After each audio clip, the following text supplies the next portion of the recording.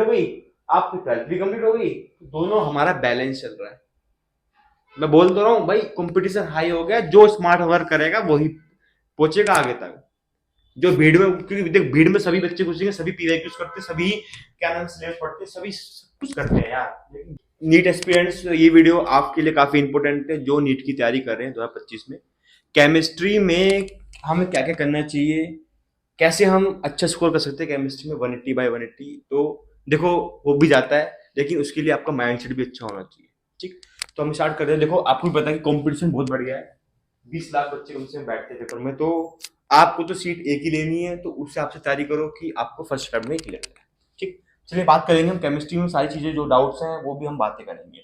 तो अगर मैं बात करता हूँ, कुछ बच्चे क्या होते हैं कि 12th को जो है 11th को मजाक में लेते हैं और नहीं पढ़ते हैं, 12th क्लास में फिर उन्हें दिक्कत होती है, ऑर्गेनिक केमिस्ट्री समझने में दिक्कत होती है, सीबीएसई बोर्ड में जो अभी जो तुम्हारा 2025 एग्जाम आएगा उनमें बड़ी दिक्कत होगी उनको, तो उस बच्चे के बारे में हम बात करेंगे।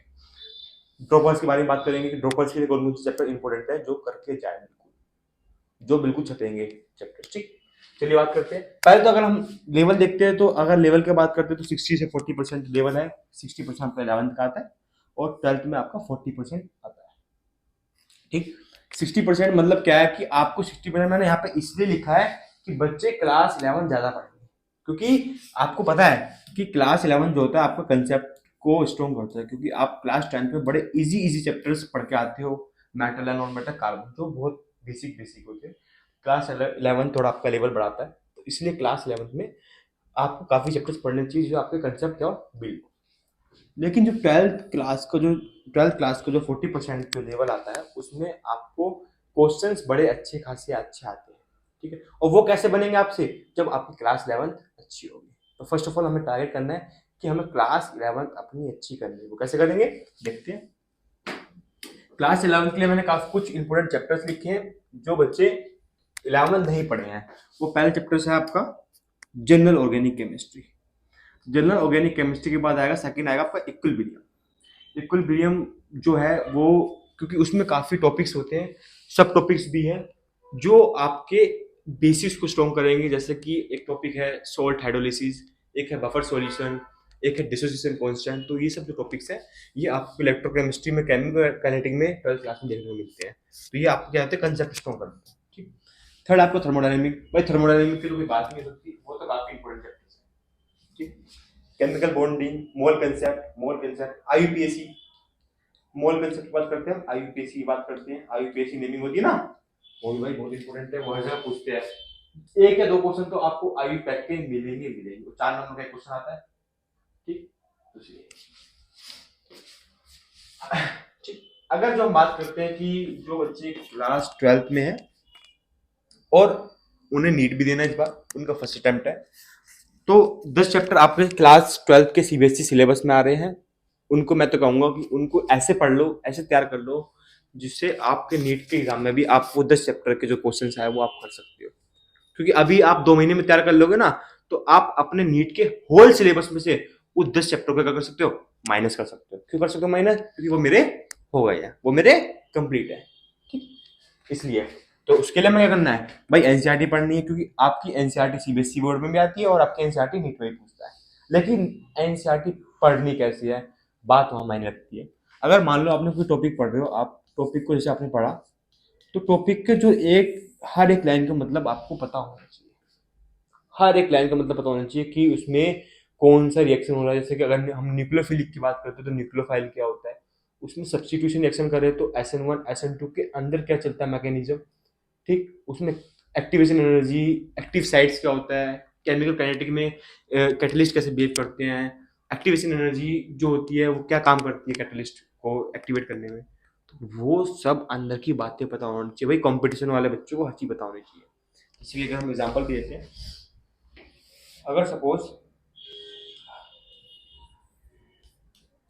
मैंने यहाँ पे लिखा फिल्डरक्राफ्ट रिएक्शन, लिख रहा हूँ मैं पे CH3Ca। ठीक, अब बच्चे क्या करेंगे, बच्चे क्या करते हैं कि सीधा रिएक्शन को रट्टा मार के चले जाएंगे कि भाई NH2 बनेगा तो ऑर्थो पैरा बनता है। भैया ऑर्थो पैरा तो बनता है, अब क्यों बनता है ये तो बताना चाहिए। ऑर्थो पैरा है ये बताना चाहिए। क्योंकि ऑर्थोकार्बन क्या होता है, तो डेंसिटी होती है, कम होती है, इसलिए बनता है। अब यहाँ पे जो कंपटीशन में बच्चा बैठेगा उसे क्या पता होना चाहिए कि AlCl3 किसका बिहेव करता है।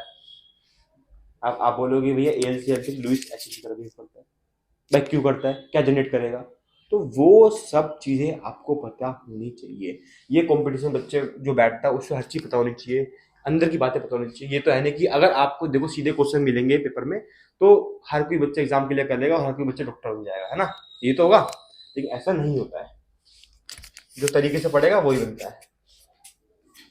ठीक, अब कुछ पॉइंट्स हैं जो रिमेंबर होने चाहिए बच्चों के एग्जाम के लिए, अपने जो नीट की जो प्रिपरेशन है उस जनवरी में। देखते हैं एनसीईआरटी जो आपने बेसिक से पढ़ ली है उसके आपको क्वेश्चंस के पैटर्न पता होने चाहिए, कैसे भी करने हैं। अब आते हैं हम सेकंड जब मैं बात करूंगा इनऑर्गेनिक केमिस्ट्री की बात करूंगा, तो इनऑर्गेनिक केमिस्ट्री में आपको ट्रेंड्स और वैलेंसी और 1 to 30 तक एलिमेंट्स याद होने चाहिए। पढ़ते थे ना, hydrogen, helium, lithium, boron, carbon, nitrogen, oxygen, fluorine, लेकिन 20 तक बच्चों को याद होते हैं, लेकिन आपको 21 to 30 भी याद होनी चाहिए। वो क्या होते हैं, 3D सीरीज होते हैं। डी ब्लॉक में आते हैं, क्या होता है, स्कैंडियम, प्लैटिनम, वेनेडियम, ऐसे चलती रहती है। ठीक, वो पता होना चाहिए। ऑर्गेनिक केमिस्ट्री में बच्चों को क्या करना है, नेमिंग रिएक्शन जो होता है, जैसे कि फीडर क्राफ्ट रिएक्शन क्या होता है, रीमर टीमर क्या होता है, कोल्बी रिएक्शन क्या होता है, उन सबकी एक चिट शीट बनानी है अपनी स्टडी टेबल के सामने। डेली पढ़ना है उसको, डेली पढ़ोगे तो दिमाग में रहेगा, एक दिन पढ़ोगे तो कुछ दिमाग में नहीं आएगा, सब कुछ भूल जाओगे। क्योंकि भाई 20 लाख बच्चे फॉर्म भर रहे हैं, 20 लाख का मतलब क्या है, सीट लेनी है आपको 1 लाख की, लेकिन 20 लाख का समझ लो भाई कंपटीशन क्या है, अब तो ज़्यादा ही भरेंगे। क्योंकि पहले क्या हुआ था, जो 2024 में काफ़ी सुप्रीम कोर्ट में बहुत चीज़ें हुई थी, तो उससे क्या होगा, बच्चे और ज़्यादा होने लगे, क्योंकि 720 बच्चों के बहुत आए थे, तो हर कोई सोचेगा कि भाई हमें भी लेके आने हैं, है ना, तो इसलिए बच्चे अब फॉर्म ज़्यादा भरने वाले हैं। तो इसलिए मैं बता रहा हूँ भाई, उस हिसाब से तैयारी करनी है। ठीक, आसान नहीं है कोई भी चीज़। फिजिकल केमिस्ट्री की बात करते हैं तो फॉर्मूला शीट्स और कैलकुलेशन, भाई कैलकुलेशन स्पीड होनी चाहिए, जैसे कि के की वैल्यू क्या होती है, आर की वैल्यू क्या होती है, लोग लोग का पता होना चाहिए। तो ये बेसिक चीजें भी भाई जब स्ट्रॉन्ग होगी तभी आप आगे वहां परफॉर्म कर पाओगे। अगर सोचो आप टॉपिक तो करके चले गए, पेपर में जाके बैठ गए, आपको यही नहीं पता कि आर की वैल्यू कौन सी यूज करनी है, कोई बच्चा 8.314 करके आ जाएगा तो उसका आंसर गलत आ जाएगा, कोई बच्चा 0.0821 करके आ जाएगा, उसका आंसर गलत आ जाएगा। तो क्या करेंगे, वो आंसर गलत हो गया, पढ़े भी, आंसर भी गलत हुआ, तो फायदा क्या उस चीज का। तो इसलिए बोला मैंने, ठीक, कैलकुलेशन स्पीड का। तो अब आपने कोई टॉपिक्स पढ़ लिया तो उसके साथ में पीवाईक्यू लगा लो, कम से कम 10 या 20 क्वेश्चन तो आप उसी टॉपिक के लगा लो कि उस टॉपिक से क्या क्या पीवाईक्यू आ सकते हैं, और जो टॉपिक इंपॉर्टेंट है उस पर टिक कर दो, डबल टिक कर दो, क्योंकि वही वो मैं बाद में पढ़ूंगा जब मेरा पेपर नजदीक आ रहा होगा। डेली प्रैक्टिस करनी है, मॉक की प्रैक्टिस नहीं करनी, चैप्टर वाइज की प्रैक्टिस कर सकते हो, जो भी चैप्टर्स आप पढ़ रहे हो उसकी हम प्रैक्टिस कर सकते हो। ठीक, अब हम बात करते हैं कुछ इंपोर्टेंट चैप्टर्स जो आपके नीट में है। ये तो देखो चैप्टर्स थे वो 12th वालों के लिए थे, 11th वालों के लिए, सॉरी जिन्होंने 11th नहीं पढ़ी है, लेकिन जो ये 12th जो चैप्टर्स है नीट के, ये चैप्टर जो है, ये चैप्टर्स है, ये है सभी के लिए जो करके ही जाने हैं। पहले है कोऑर्डिनेशन केमिस्ट्री, क्योंकि इन सब चैप्टर में से 2 क्वेश्चंस तो मिनिमम एवरेज आते हैं सभी से, दो दो दो कैसे ऐसे करके आते हैं। ठीक, chemical kinetic, DNA block, thermodynamic, alcohol, phenol, ether, aldehyde, chemical kinetic में 2 बार लिख दिया, माफ करना, यहाँ पे लिख दो आप केमिकल बॉन्डिंग। केमिकल बॉन्डिंग से भी क्वेश्चंस आते हैं। केमिकल बॉन्डिंग में डायपोल मूवमेंट है, हाइब्रिडाइजेशन है। अगली वीडियो जो आएगी वो चैप्टर वाइज भी आएगी, उसमें टॉपिक कौन कौन से इंपॉर्टेंट है वो भी आएगी। ठीक, अब अगर हम बात करते हैं ये जो चैप्टर्स, तो ये तो इंपॉर्टेंट हो गए, ये कौन से हैं, रेड जोन वाले चैप्टर्स है। रेड जोन मतलब क्या है, ये तो भाई बिल्कुल इंपॉर्टेंट है। ठीक है, अब थोड़ा सा हम बात करते हैं जो इंपॉर्टेंट भी है और जरूरी भी है, करके भी जाने हैं। आ सकता है क्वेश्चन, पहला structure of atom,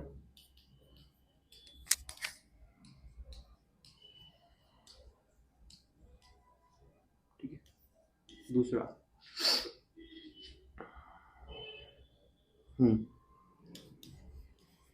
halo alkane. Halo alkane क्यों लिखा मैंने यहाँ पे ग्रीन जोन में क्यों लिखा, क्योंकि हेलो एल्केन और हेलो एरिन जो है ना बच्चा, वो क्या करता है, वो आपका फर्स्ट चैप्टर है ऑर्गेनिक केमिस्ट्री का 12th क्लास में, तो उसके बाद फिर अल्कोहल आएगा। तो जो स्टेप आपके हेलो एल्केन में चलेगा वही स्टेप आपका अल्कोहल में चलेगा, वही एल्डिहाइड में, वही एमाइन में। तो आपने जब हेलो एल्केन को आप बेसिक से बना लोगे, कंसेप्ट बना लोगे, तो आपको कोई दिक्कत नहीं होगी। ठीक। अगर हम बात करते हैं थर्ड चैप्टर की बात करते हैं, थर्ड चैप्टर की बात करेंगे तो बच्चों क्या बात करते हैं, S and P block elements. जब मैं S and P block elements की बातें करता हूं तो आपको ध्यान रखना है, S and P block element इसलिए बोला मैंने यहाँ पे ग्रीन जोन में रखा, क्योंकि जिस बच्चे को एस एंड पी ब्लॉक आता होगा वो डी एंड एफ ब्लॉक भी सही करता है। ठीक। तो क्या हुआ इससे, आपकी 11th भी कंप्लीट हो गई, आपकी 12th भी कंप्लीट हो गई, तो दोनों हमारा बैलेंस चल रहा है। मैं बोल तो रहा हूँ भाई, कंपटीशन हाई हो गया, जो स्मार्ट वर्क करेगा वही पहुंचेगा आगे तक। जो भीड़ में, क्योंकि देख भीड़ में सभी बच्चे घुसेंगे, सभी पीवाईक्यूज करते हैं, सभी क्या नाम सिलेबस पढ़ते हैं, सभी सब कुछ करते हैं यार, लेकिन जो अलग करता है वही आगे जाता है। ठीक। ये हो गया जी।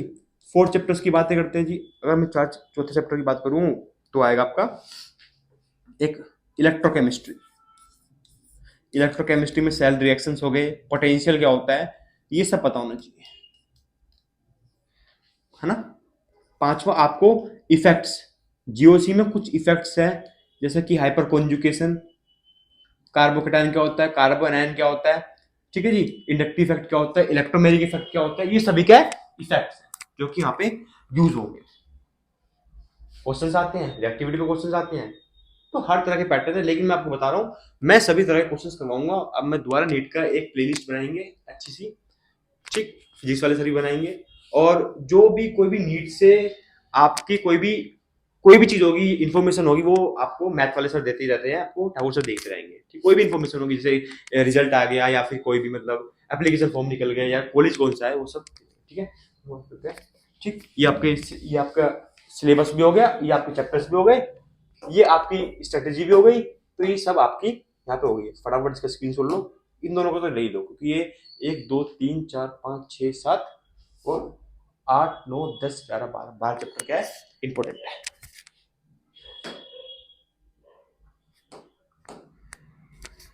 चलिए फिर आज की वीडियो हम यहीं पे ही ऑफ करते समाप्त करते हैं। और मैं आपको बताना चाहता हूँ, जो हमारे फिजिक्स का कंटेंट आ रहा है, मैथ्स का आ रहा है, कोई भी अगर बोर्ड्स का भी आ रहा है तो बिल्कुल देखो, क्योंकि वो सब जो कंटेंट है वो एकदम प्योर कंटेंट है, जो एग्जाम में क्वेश्चन छपने वाले हैं वही आ रहा है बिल्कुल। ठीक है, कोई डाउट हो तो पूछो, कमेंट करो, जो भी कोई डाउट हो आप कमेंट कर सकते हो, हमसे पूछ सकते हो, हमारी टीम जो है आपको रिप्लाई देगी रहेगी। चलिए मैं यहाँ पे वीडियो को ऑफ करता हूँ और बाकी अपनी प्रिपरेशन को जारी रखिए।